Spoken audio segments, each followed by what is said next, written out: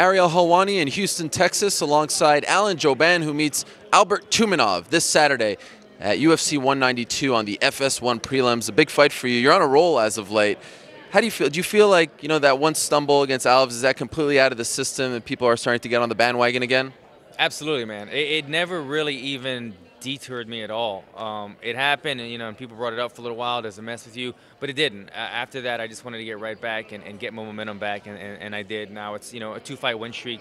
And when people bring it up, when they bring up the one loss, when I really have to get business-minded, I like to say, well, yeah, I feel like I did get robbed. So in a way, in a sense, I feel like the UFC does still kind of see me as 4-0 in a way, but on my record it doesn't show it. But it never discouraged me one bit, and it never stopped my momentum. If anything, it just drove me a little, further, because I knew you don't want to get 2 losses in a row. Yeah. So it made me very hungry for the following fight with Richard Walsh. Now I'm on a winning streak, and I want to plan on keeping it that way. What do you know about Tumenov? He's an exciting fighter, man. He's a bit of a Russian Warley Alves, Yeah. He's a young, aggressive guy, comes out there, throws a lot of striking, very aggressive, and he gets the job done. We're both 3-1 in the UFC. We're both on a winning streak. We're both exciting fighters, and I see this fight easily as a fight that could have been on the main card. Obviously, it didn't make it because it's a stacked card, and every fight, the majority of these fights are deserving to be on the main card. I feel like this is definitely one that was deserving of it. But I'm happy to go out there in the prelims and put on a great show and come away with this victory. Well, these days, the prelims are actually seen by more people than the pay-per-view more often than not. So it's not a bad thing. It's not a bad thing. When you like you said, a lot of people are going to watch the free TV more than the pay-per-view. The pay-per-view just has that mystique about it. Yeah. It's just so much more exciting to be a part of it. The last one that I did at the Staples Center when Ronda Rousey headlined, that was my first pay-per-view, and it was just a great feeling to be a part of something like that. So I was hoping to get a part of the pay-per-view, but like you said, with everything you have to take the best of it, and now I'm getting more viewers to watch me on the prelims, and I just want to make the most of that. And off the top of my head, correct me if I'm wrong, you're originally from Louisiana, correct? Yeah. How far away from Houston? Only about 3.5 hours, so I do have quite a bit of support coming up. Family and friends, and I also have people out here in the Houston area. So I wouldn't call it a homecoming of sort, but it is. I will have a good support base here and a lot of people coming up. Do you like that?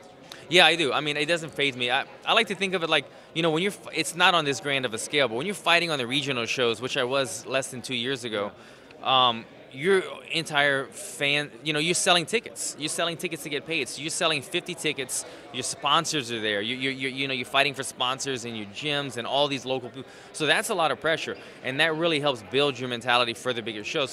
So fighting at home is a lot of pressure, and fighting in front of 18,000 or so is a lot of pressure.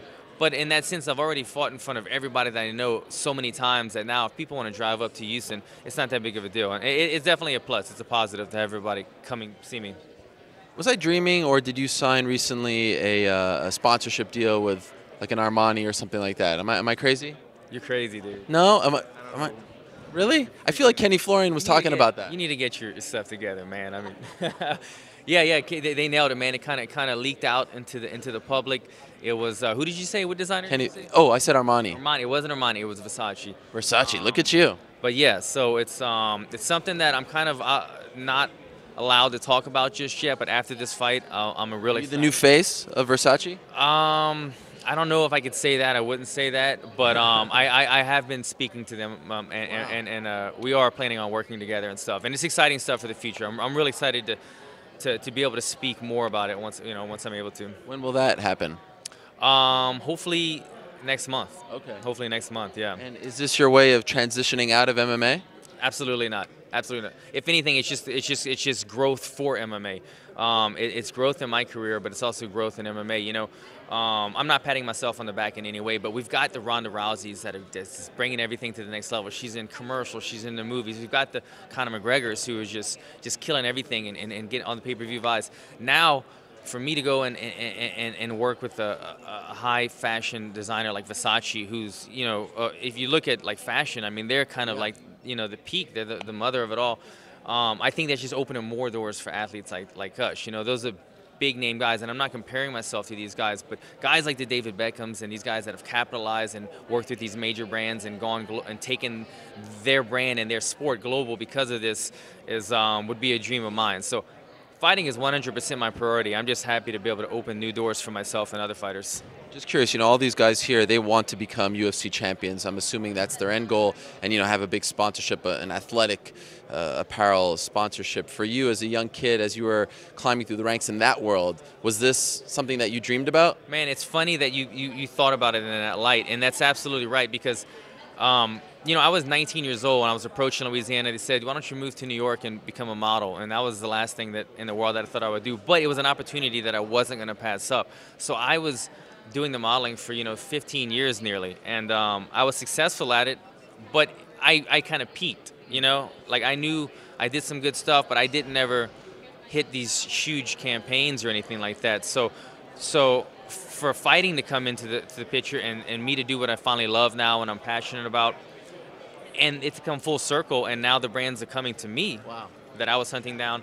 It's a dream come true, obviously. Yeah, it's something that everything's actually came full circle, and I'm getting to do what I love now, and the big companies that I was always trying to target my entire career are coming after me now.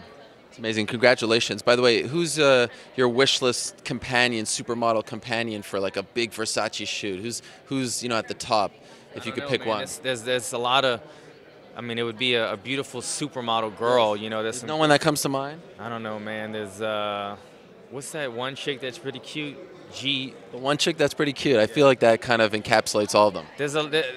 There's some classic ones. I don't know, man. I can't think of their names right now, but there's some beautiful girls out there that I would probably like to shoot with.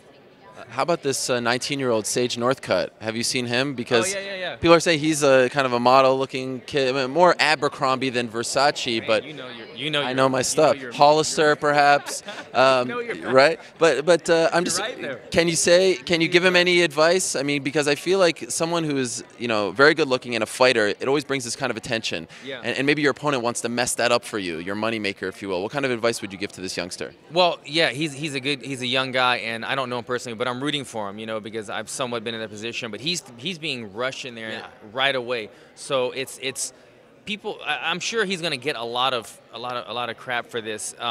For people that are going to be hating against him, rooting against him, but it's not his fault. The UFC is pushing him in this direction, and he has to go with it and roll with the punches. So, he just has to take advantage of this opportunity right now, and don't let people get to him when they start to bring up this and that. The looks, he's a young guy, so it's a lot of stuff coming at him at once. But stay focused on the fighting and let everything explain itself out. But take advantage of the opportunity, man. Like to be thrown. What is he, 5-0? Yeah. Being thrown into a pay-per-view event for his first fight, it's a great opportunity for him. So I'm rooting for him. I'm curious to see how the UFC tries to market him or what they try to do with him. I saw that they allowed him to do a open workout, his very first fight and everything. Yeah. So it's interesting, man. But we'll see. I'm very curious to see what he does Saturday night. Always a pleasure. Congrats on Versace. Good luck on Saturday. Thank you, sir.